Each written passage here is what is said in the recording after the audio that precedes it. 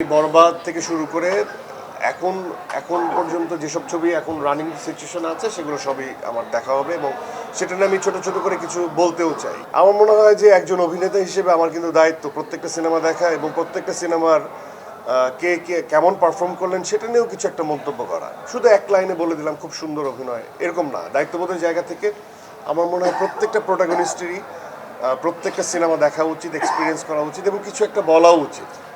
তো আমি এখনও দেখা হয়নি, আমি খুবই কুইক। মাঝখানে একটা সপ্তাহ আমি একটু একটু ব্যস্ত ছিলাম, তার আগের সপ্তাহ আমার আমার সিনেমার প্রচারণায় ছিলাম। এখন একটু হালকা, আমি একটা রিসেন্টলি খুব একটা কাজে ঢুকে যাব। তো এর মাঝখানে আমার মনে হয় যে আমার টিমকে বলা আছে। আর আমি ছবি দেখতে খুব টায়ার্ড ফিল করি না, একই ছবি বারবার দেখতে আমার ভালো লাগলে বারবার দেখি।